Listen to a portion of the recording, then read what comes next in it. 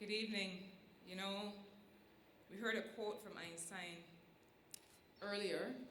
Following on from that, I should say to the Master of Ceremonies that if I were not an economist, I would be a musician. But further to that, I would say that even though I am an economist, I am a musician.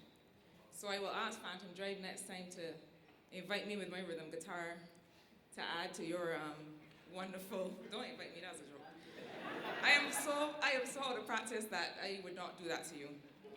But I really enjoyed that innovation.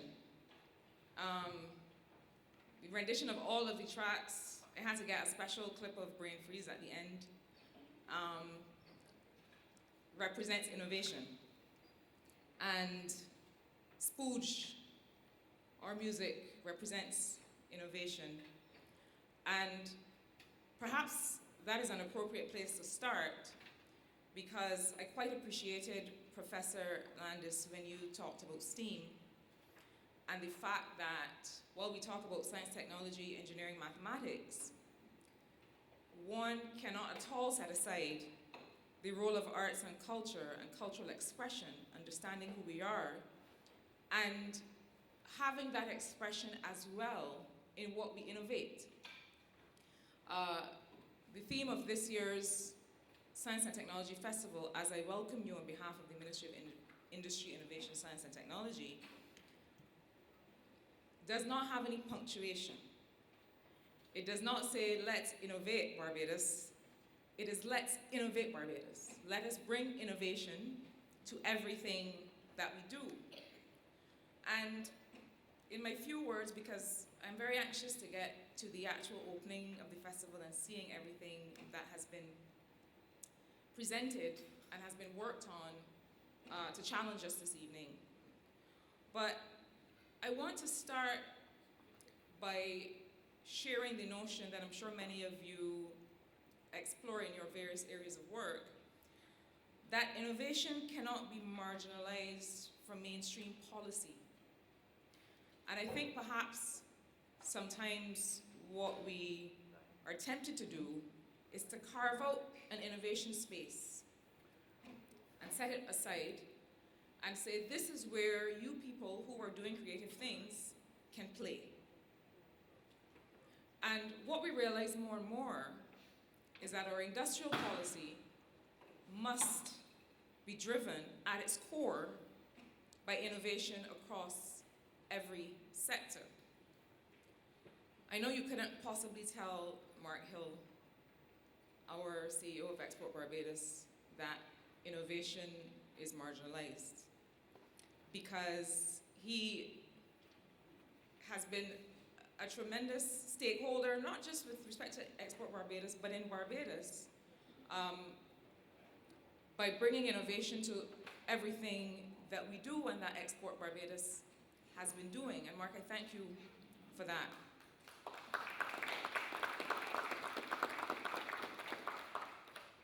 And of course, I have to mention some of that work on which Export Barbados is leading, not the government, but is leading alongside the University of the West Indies and others in building out the innovation economy. Now, we've heard quite a bit about the Life Sciences Center that Export Barbados has created and continues to build out. The work that we are evolving on pharmaceuticals and understanding that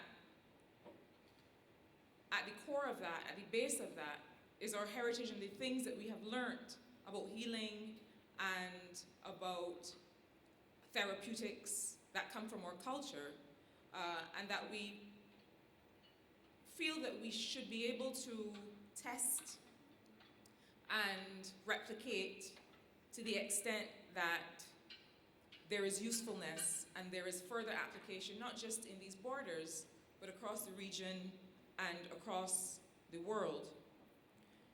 Before I came to political service, apart from playing guitar and otherwise getting involved in all kinds of other pursuits, one of the things I was about to do was to invest in some avocado and coconuts. And I'll tell you a story from when I was in London, working there. We went to a restaurant and the chef came out a little bit into our meal and he said, I understand there's some Bajans at one of our tables. Somebody had clearly picked up the accent and had mentioned it to him, and I was thinking, well, why does it matter that there's some Bajans in his restaurant? And he came and said, listen, by far the most attractive, the most useful, the most resourceful, the most sought after product that we have is the Bajan avocado. And he didn't say the West Indian avocado or the Caribbean avocado. He said the Bajan avocado. And then he said, in fact, this is a British guy from Liverpool, and he said, in fact, the pear. And what he was trying to convey to me was that I know where this thing comes from. I know, I have a sense of the culture and the importance of this highly prized avocado to us Bajans, this pear, and the excitement when it is pear season. But what he said to me was, you know, there must be a way to be able to scale up and replicate and have this Bajan pear all over Europe, because chefs are seeking it out everywhere. It is superior to the Mexican Hass avocado. It is superior to every other variety. How can we get more of this? And when I think of that example, when I think of the aloe vera plant that we grew up going out into the yard, Janice, you would know that our parents used to try and make us swallow it. we would run down the road and hope to forget. We put it in our hair. We have not fully evolved all of the applications, even as other markets have developed aloe vera gels for different purposes. And there's so much scope. I'm using some old-fashioned examples, but I'm sure at the University of the West Indies you have far more examples of some of the things that are part of our heritage and culture that through things like the Life Sciences Center and through, I'm sorry I did not get the full acronym for the Analytics Center, but through institutions like this that we can make sure that we bring our innovation to the world. Export Barbados is also heavily involved in understanding our ocean economy, understanding what happens in that space, how we can both protect the ocean environment, understand what it would take to regenerate our coral reefs, but also understand what does that space bring us. Whether it is the idea of carbon sinks for climate resilience, or looking at various animal life within the oceans to see what it can teach us. There is tremendous scope for such work in not a small island economy, but a large ocean economy. And you know, often when we start to explore these ideas, people will ask, well, you know, why don't you just stick to what works? And, you know, I had to use this example recently, that if I take a horse and I set off from here to Bridgetown, I will get there. But if I believe that because that works, I should look no further, then I will never be able to explore all the various ways of moving, of seeing, of doing on the way to the destination. But I also want to bring what we're discussing here to the role of experimentation in all of our lives. Because I think that Barbados is uniquely placed to present experimentation itself as a good. This is an environment where we have people who are inventing, people who are creating, but we also have a small population that gives scale for the kinds of work and exploration that both people from among us, but also people from other jurisdictions would want to engage in. I think sometimes we undervalue the role and the usefulness of experimentation. We, for example, through our work on energy, Export Barbados is also the hub where government is placing its work on green hydrogen to see the extent to which this is a viable energy solution, not just for us in the region, but how we interact with global markets to bring it to the world. Similarly for wave and wind energy. And it is not to say that we suddenly become a Ministry of Energy or a Ministry of Agriculture, but it is to say that we test the ideas and we determine to what extent they are scalable or simply interesting. Because what we realize about the ocean is that it teaches us so much about life, about ecosystems, about building artificial intelligence based on some of the relationships in the ocean environment, that we can pattern what we do here on this side of the coast after. So there are tremendous applications for this notion of innovation and experimentation. We consider that we will be able to apply some of these notions of renewable energy and energy efficiency to our new data center that we intend to build out at the Ministry of Industry, Innovation, Science and Technology, because again, innovation means finding new markets and creating demand. We consider that data and technology is the basis for a new industrial economy, for a new industrial policy. What do we do with it? We've been talking about big data for a decade, but we finally started to craft the policy and the legislation and the regulatory environment to make that real at the same time that we make it safe for people. And so we consider that moving to a high-income, high-wage, high-value economy must be based on innovation in science and technology, innovation in data, and what we do with that data. But I started by saying that innovation cannot be marginalized from mainstream policy. And I think that nowhere has that been more relevant or apparent than in our discussions this week as we've looked at the budgetary proposals that were presented by the Honorable Prime Minister, the Minister of Finance on Monday. I always say that you can always tell a government's priorities by its budget. Where does it seek to invest? We as a government have very much focused on investing in ideas. The notion of the entrepreneurial state is perhaps applicable nowhere, if not in a country with the size and history of Barbados. And so some of the things that we've sought to create have to do with the enabling environment for innovation and creation. And so you'll see references in this year's budgetary proposals to things like a 25% tax credit to boost the 50% research and development tax credit on oceans and greening.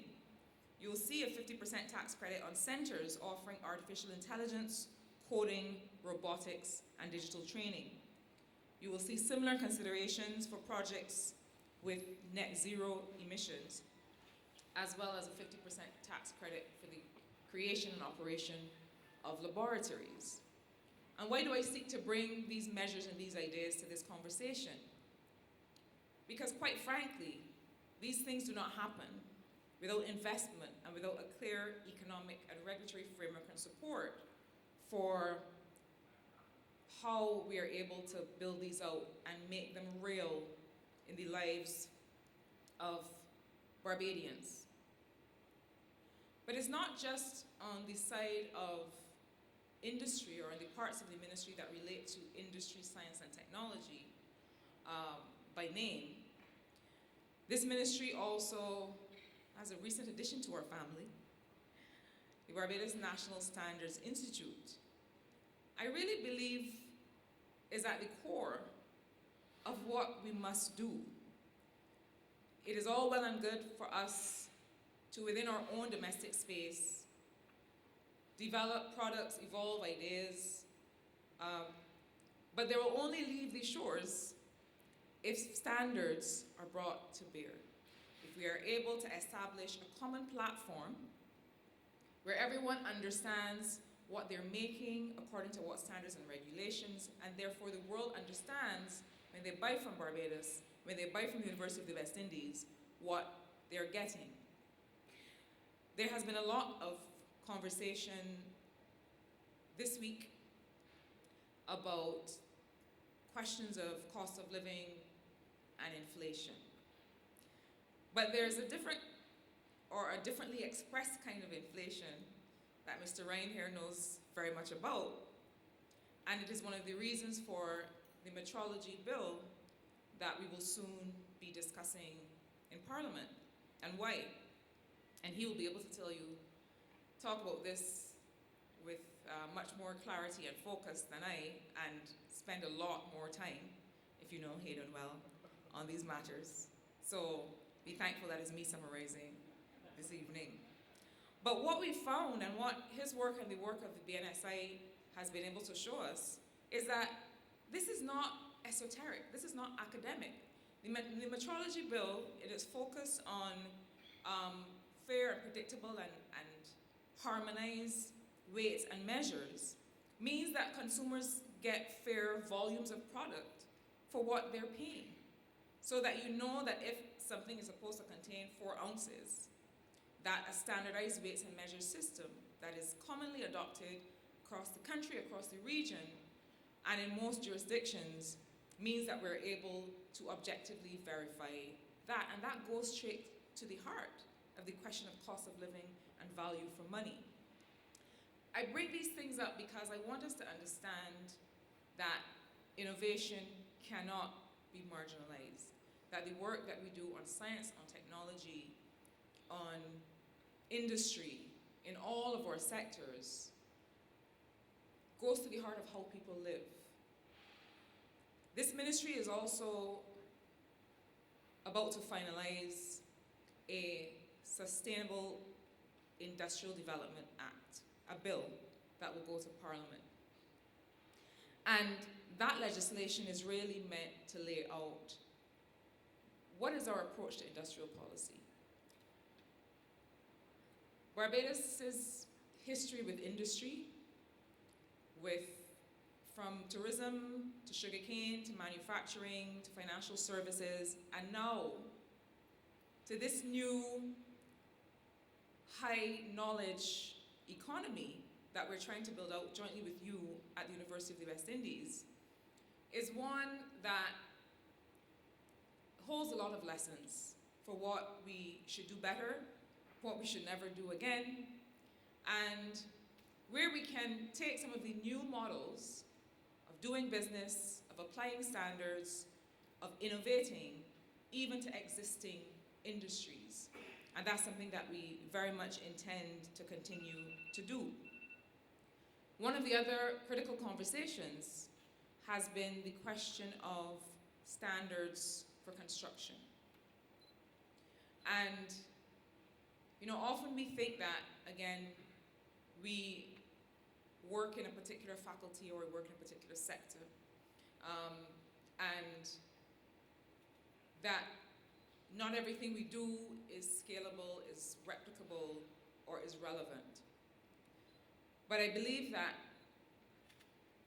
living as we do in a climate vulnerable country, that we have to be the ones to evolve those kinds of standards. And we're very happy to have Daniel Best, who has joined us from the Caribbean Development Bank and is working with the government of Barbados to help us evolve those standards. And I expect that BNSI will work alongside him and that team to be able to say what that means. We've talked for many years about the idea of a building code. That building code, as it evolves and as it is made enforceable by legislation, also has to look at the whole question of climate resilient construction, overall climate resilient infrastructure, and making sure that we who live in the part of the world that this most affects, we take the lead to be able to say, this is how we want to build safely and securely. This is how we will guarantee that people's investments in their homes can last and have value in years to come. This is also innovation. So I want to end by encouraging us to continue this important partnership. Dr. Badnock, this is the second occasion that we're having to meet since I came to the ministry, before we are able to sit down and, as we like to do, go through the nuts and bolts of how we will collaborate. But from this podium, I want to say to you that for me, that is a top priority. We have in this region one of the best universities in the world. And we have to make it count in the work that we do as a government and the work that from which we create value for the people of Barbados and of this region. So welcome to this SciTech Festival, and I look forward to seeing all of the displays. Thanks.